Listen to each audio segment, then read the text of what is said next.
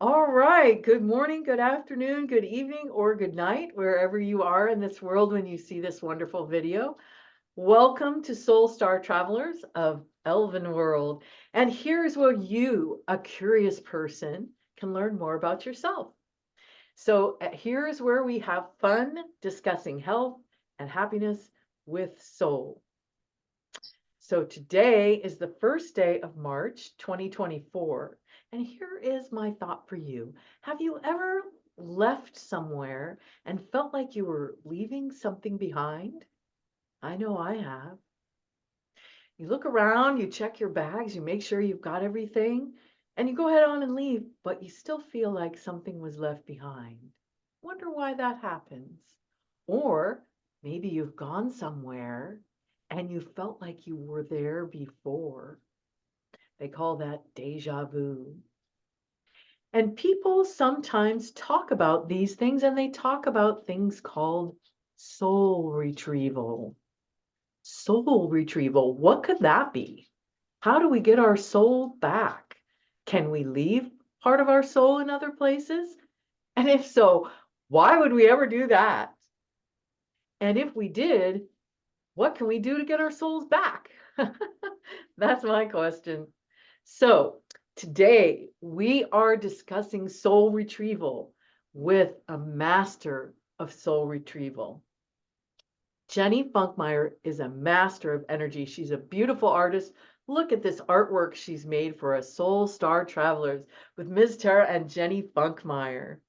She's the author of many, many books, and she is the founder of Parallel University, where students learn more about their soul journey.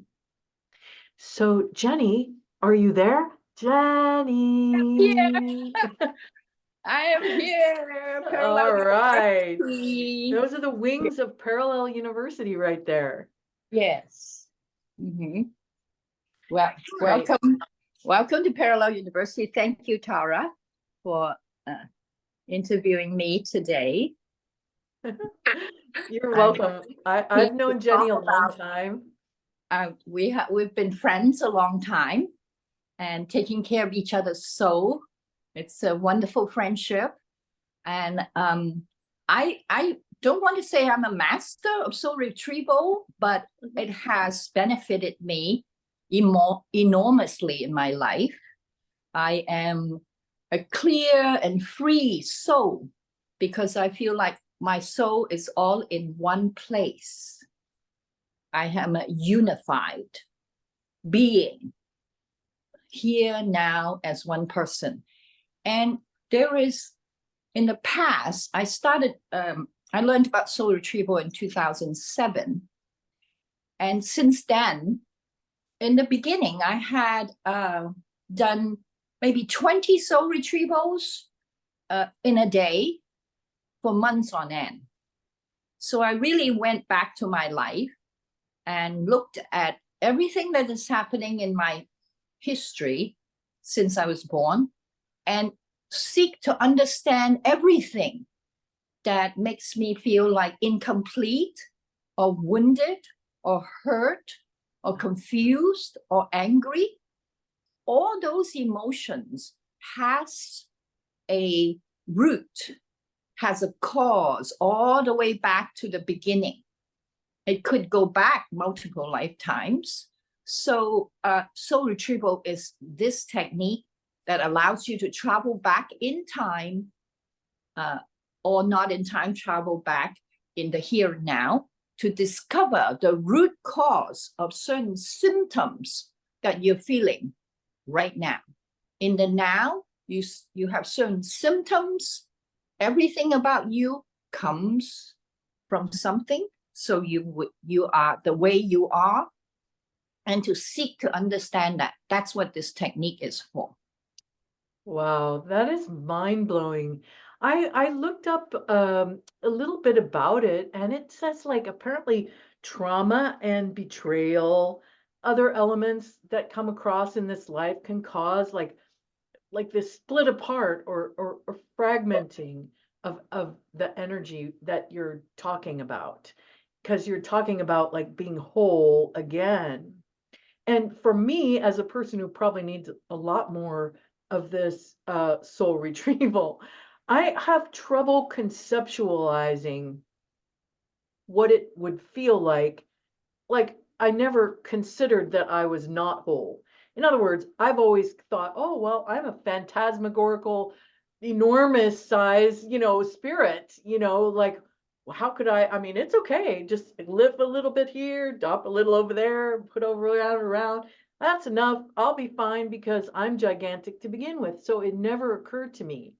So my question is, what is this fragmentation like? What does it feel like? How does it happen? Like, can you talk a little bit more about that? Is it a feeling or is it like a really a loss of energy?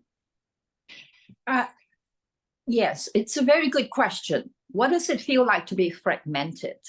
Let's say that you're fragmented all the time. You are actually never not fragmented. You are a reflection in everything. You are all over the place. And this everything is also you. But if you, at a certain point in this here now, feels like there is something that you want to change, or feels like something that you want to enjoy more, mind you, soul retrieval is not only to heal trauma, it's also to increase joy.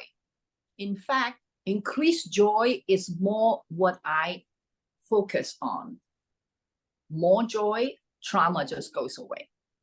So you actually, it's not because your soul is so big, you don't really lose anything. What happens is in a certain focus of your soul, which is who you are right now, sitting here, this is one aspect of your gigantic soul. You wanted certain things. It's like cooking. You're like, this dish needs more salt. So you go to where the salt is and you take it down, you sprinkle a little more so that you can have your here and now exactly the way you want it. So if you feel anything is incomplete, you do a soul retrieval, you do your other techniques, meditation, chanting, praying, they all work. They all work. It's the healing and the joy is very specific to you. So you have to learn all these techniques and find a way in which you just feel good, like nothing. Feeling good feels like nothing. It's just the way it should be. If you don't feel good, that is abnormal. You are suffering and you must heed your own psyche and say, why does this thing bothers me all the time? And you find out, oh, that's why it bothers me. And then you know what happens? No longer bothers you. Even though the thing that bothers you will always be there, or it may disappear, doesn't matter. It no longer bothers you. That's what you want. You don't want the world. You don't need the world to be perfect. You are perfect. You are the example in this world that is perfect. And you just have to work. So that's beautiful. And well, just to be really honest and everything, for me, I'm just at the point where sometimes it's been hard, the traumas and stuff. I didn't really realize that was related to why I had difficulty sitting down and being quiet to meditate. Because I learned how to meditate when I was very young, and then all these things happened that were kind of, I guess you would call them tragedies. Then like, and it's taken me a while to even realize, like, I'm talking like decades to realize that, oh my goodness, maybe I'm not feeling good. Do you know what I mean? Yes. So I wanted to bring up a few of those things for people. For example, like, if you have had a tragedy, or when you were young, you know, you might not remember when you were young. You might not remember being a child and maybe being yelled at or uncomfortable or upset or abused or emotionally abused or any of those sorts of things. And when I studied about it, a lot of people talked about how um, those tragedies can be healed with soul retrieval. So Yeah. I guess my question is there like you mentioned, this happiness. So happiness would be like this sort of like an even energy or a happy energy or lots of energy, or you want to get up during the day. It's like, let's just differentiate like when, how can I explain this? When you're a person who has been in tragedy, a lot of times you cover it up. You just cover, oh, I'm okay. I know my students say that all the time. I'm okay, I'm okay. No, you're actually not okay if you can't get through the class or you're falling asleep or you're looking out the window or whatever like that. It's not because there's something wrong with you. It's probably because there's, someone else in your environment that has got something wrong with them, that and they're doing you harm and you're trying to escape. You know what I mean? Like it feels like this soul is like leaving. What do you let's see, here's my question. So why does the soul choose to, leave parts of itself behind? Is this a response to trauma? What's your experience? The soul is with you at all times. You are the soul, but you are a specific manifestation of your entire soul. Your soul is a group. It's a big thing. It's so big, we don't really know how big it is, but it's very big. And it differentiated into smaller and smaller groups. So there's a huge soul, then there's a medium soul, then there's a baby soul, there's a tiny soul, and there's a bitty soul, and so on. And it goes all the way down to you. That is a specific, very specific manifestation of all the aspects. So to feel happy, you would think that's what you want all the time. You should just feel happy. Yes, happiness is a very high wiggling vibration, excitement. It's up there. Yeah. Whereas when you are truly at bliss, it actually feels like nothing. It's very balanced. It's not really like that, nor is it like that. Both of those, crying and happiness, are way up there. Whereas reality, being normal, it's just like this. It's almost like nothing. I don't know how. It's nothing is not a good word. It's blissful. That's what the spiritual masters call it. It's blissful. It's just the way it should be. So what was your question? You're saying Why does the soul choose to leave parts of itself behind? Like why does it go down from this? Like what happens to us in the third dimension or in life that causes us to, uh, leave parts of our soul behind? Like why are we doing that? Why do we choose to do that? we leave part of our soul behind because certain circumstances require us to come back and re-examine it, to understand it, to be able to incorporate into a larger understanding of your soul. Your souls need to grow, need to understand the situation that is happening to you right now. Why? What is the root and what is the future? Although the past and the future are not real, but whatever you are feeling right now needs to be addressed. So if you are, like you put example, you are sleepy, you don't feel like being in class. Well, if you can help it, you should go to bed and lie down until you are well and you feel like coming to class. But we are not like that. This society does not work that way. So a lot of time trauma happens not because of intentional evil. It's just the human life, the third dimensional physical life is the way it is. Yeah. They can't make a class just for Like a people who video are game. sleeping and Yeah. come back and say, okay, now I can have class. It just, they can't do that. They are not trying to be mean to the children. They don't have the means to educate the children like that. Right. When we were little monkeys in the caves, it was like that. The little monkey asleep, nobody's going to wake the monkey up until the monkey gets up and said, okay, now what am I supposed to learn? Okay, now you learn this, that, right? But we are very sophisticated monkey, and we are learning very sophisticated, very amazing things to be in this manifestation of your big soul. It's very important experience. So to find a way until you totally understand what's happening to you, and you know, oh, when the teacher said, don't fall asleep, you're like, ah, oh,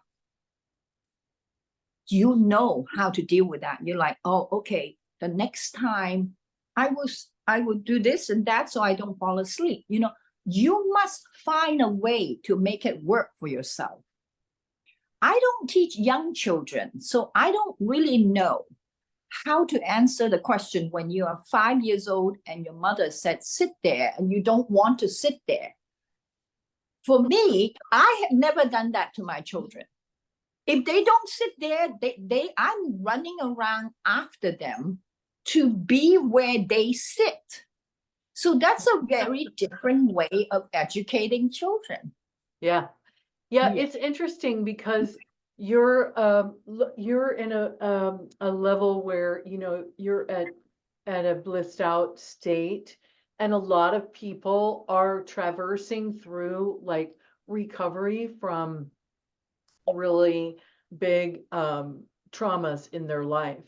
And a lot of soul retrieval is used by shamans to recover the soul that was the soul when it jumped out of the body or left or went somewhere else, you know, like so let's say you have a near death experience or something like that because you had an operation or an accident or you know, God forbid, you know, an abuse. You know, the soul leaves the body, and you know, then the shaman, which in this case would be Yourself. yourself, because you're going to teach us do it yourself, right? You're going to gather up these pieces of your soul and bring them back, and to feel whole and to feel this feeling, which is normal, of being just happy. So one could judge, you know, I think that's beautiful to look at, like, okay, if, you know, this is what it is to be human, is to be happy. And if that's not happening, then something, you know, something's going on in the simulation, so to speak, you know, that is not good. You know, you're hiding behind something, or you're shooting your gun. Whatever's happening in the simulation is not the ideal scene of just like chilling and being happy. Yes, Miss. Let me say that in my lexicon, in the way I teach DIY soul retrieval, having a human experience, experiencing all the ups and downs, the betrayal, the trauma, the death, the birth, those are all what we come for. So in my soul retrieval, it is not trying to get rid of something. It is trying to seek to understand. And believe me, Jenny, that's beautiful. as soon as you understand, it no longer hurts you. Buddha said, pain is inevitable. Suffering is not, right? There's pain. And my teacher, Nisargadatta, he was dying of cancer. He said, I observed pain on my body. It's like, that's a lot, right? But that's what it is. It's like, I observe it, it's happening, right? And I know why it's happening. I know how I could stop it, and I know how to let it continue until I understand it. So those are the control you will have as this manifestation of the soul. So you are seeking control and understanding and free will. You're seeking freedom. You're not seeking not to have certain experience or certain people do you wrong. Yes, they've done you wrong, but that's all a human story. Your soul is here to seek that experience, to understand it, and to know it. And as soon as you know something, a habit is something you don't know. When you know a habit, it's called a choice. You can continue to choose to do certain things, but it's up to you. You weigh That is such an interesting viewpoint, because always, you know, it gets into this. Earlier this week, I gave a whole pep talk on the subject of, you know, like, I don't know how deep I want to go into this. Yes. Okay. So you Tell me. don't want to deny that a person has received what would make him or her or them a victim. Okay. You're in the simulation, pow pow, well, you know, you were a victim of pow pow, right? X on the eyes, right? Uh-huh. So but then you get back up and you're ready to play again. Yeah. So I love your viewpoint where you're talking about how we are here in the first place to learn. And that doesn't preclude that you just got victimized. It doesn't mean that you don't acknowledge that you were just went through that experience. And the reason why I'm bringing that up is because it is a technique of very not nice guys to, you know, we're teaching a little bit of differentiation when we say, okay, it is a technique of gaslighting to say, don't be a victim. You know, you got to be responsible and don't be a victim. Well, that's quite dangerous, because what that happens to a person quite often, or at least what happened to me, is that, oh, I'm so strong. I'm so strong. I'm so happy. I'm like good. You know, it's all fine. You can shoot me as many times. Oh, go ahead. Scratch my cheek. I'll just turn the other cheek. It's like I have plenty of energy. No, no, no, no, no. I like what you're saying. You're saying, okay, look, you came here for this adventure. Yeah. You're gonna get hurt. You're gonna fall in love and you're gonna lose the person. You're gonna fall in love and you're gonna get a divorce. You're gonna fall in love and the person might die, or you might die, or whatever could happen in this simulation. Pow pow, Exxon, right? So now, how do you, like, why are you doing this soul retrieval?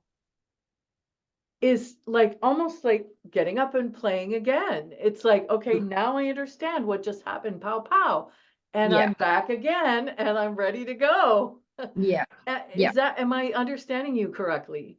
Yes, absolutely. Your understanding is impeccable. It's very good. It's very That is good. amazing. And I that is think so. giving me tinglings, because everything that I've read about soul retrieval is all oriented towards you dropped your soul off somewhere. Yeah. Yeah. And only a shaman, you know, can like find your soul in this outer space of like everything and like help you to connect it back. And that That just doesn't ring true to me. That doesn't, I yeah, know in yeah, ancient culture, that's how it works, because the ancient culture, a village is, it's self-contained, that's the group soul right there. The yeah, village. yeah, yeah. So in the group soul, there is a shamanic soul, that the aspect that takes care of the rest of the group. Yeah. But we Yeah. don't live in that society. We don't, our shamans are these doctors in the hospitals and the Yeah. healers over there, you know. We have a completely different way of life. So we have to adopt the ancient methods of the shamans into ourselves. We are our own shaman. I very, very strongly believe that we heal ourselves. Nobody can heal you except yourself. And your big soul are here to heal you, to bring you to completion. Each aspect of this group soul come to completion makes the soul bigger and better. And that's why you're here to do this. And this is its work. The great thing is trauma always leads to wisdom. Always. No matter how you look at it. It's just so unfortunate that when trauma happens, it's big, loud, unreasonable. It's just hurtful. But it always have a payback. There's always a silver lining. Is that you gain wisdom. You're like, I don't know what I got from that experience, but I am wiser and older. You know, you become a more ancient soul. You're like, oh, Dad, yeah, been there, done that. Oh, Dad, yes, been there, done that. Oh, Dad, yes, that too. You know, it's like, yeah. And then what? It's like, I don't know what. No, it's beautiful. I love it. Like that. I love it, and really kind of is very quantum oriented from the standpoint of, you know, it's like a simulation. You get up, you got knocked down, but you're going to get up, and how you get up and do it again, why you want to get up and do it again, you know. That's the creativity. Right. It's like, oh, you know, that wow, that happened. And that's the evolution of the soul. It's just you get up and go down, get up, go down, get up. And one day you're just up. You're like, nothing gets me down anymore. Not that you don't feel it going down, but it's like, okay, that was another bump. In fact, it's like that, isn't it? It goes like that until it just goes. It's just more peaceful. It's like a homeostasis, or you just get better and better and better at playing the game, you know. Yeah. You just get better. So now let's show our friends who will hopefully get a chance to see this how to do some soul retrieval. Yes. And maybe some I think we've discussed like the results, you know. I mean, we could have people come on or something and say, oh, it's really great, but it is really great. You're obviously enjoying it. I'm just starting it, and I'm enjoying it. And it's definitely, I think we've established that it is a way to be cause over this game. Right? We don't have to get hit and never go back up again. We don't have to, you know, get the whatever it is, heartbreak, and never recover, or the grief and never be healed. We now have a way, and there's other ways. It's not like this is the only way. This is not many ways. That. Many ways. As many ways to get hit, to get hurt. There's as many ways to heal from it. That's the creativity. Yeah. That's beautiful. That's beautiful. And just as a little commercial here, everybody, if you haven't already become a subscriber to Soul Travelers, please do it. And also, we want to really talk about here the beauty of art as a healing art. Physical art like dance, music, singing, painting, drawing, all of those things are ways that you can use to heal yourself. And we're also learning about something else today, which is called soul retrieval. We might have more than one. There's Jenny's book about it, Do It Yourself Soul Retrieval. Oh, I'm sure you're going to be able to. I'll put a link to where you can get a copy of it. Okay. This is on Amazon. Amazon, and it's a free download. Oh, wonderful. It's a free download on Amazon. You just have to go to Jenny Funkmeyer on Amazon. And it has the technique. It has the technique, the reason to do the soul retrieval, the introduction, the components, what they are, how you do it, the steps,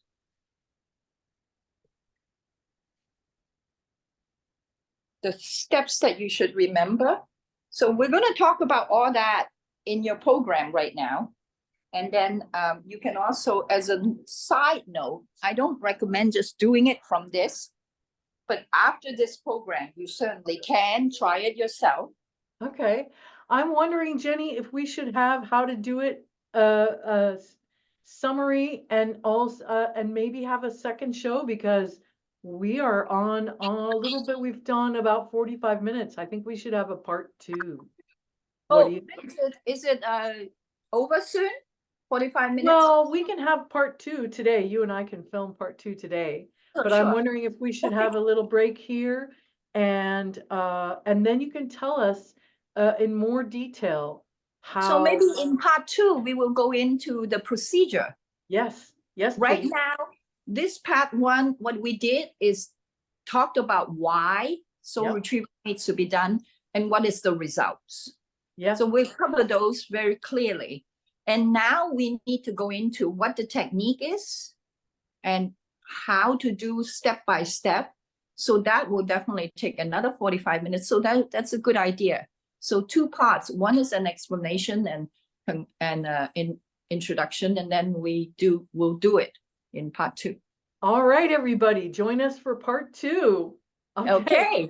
Okay, Jenny, I'm going to hang up now and we'll get started again in just a moment. Okay, thank you. Bye. Thank you very much. Soul Retrieval.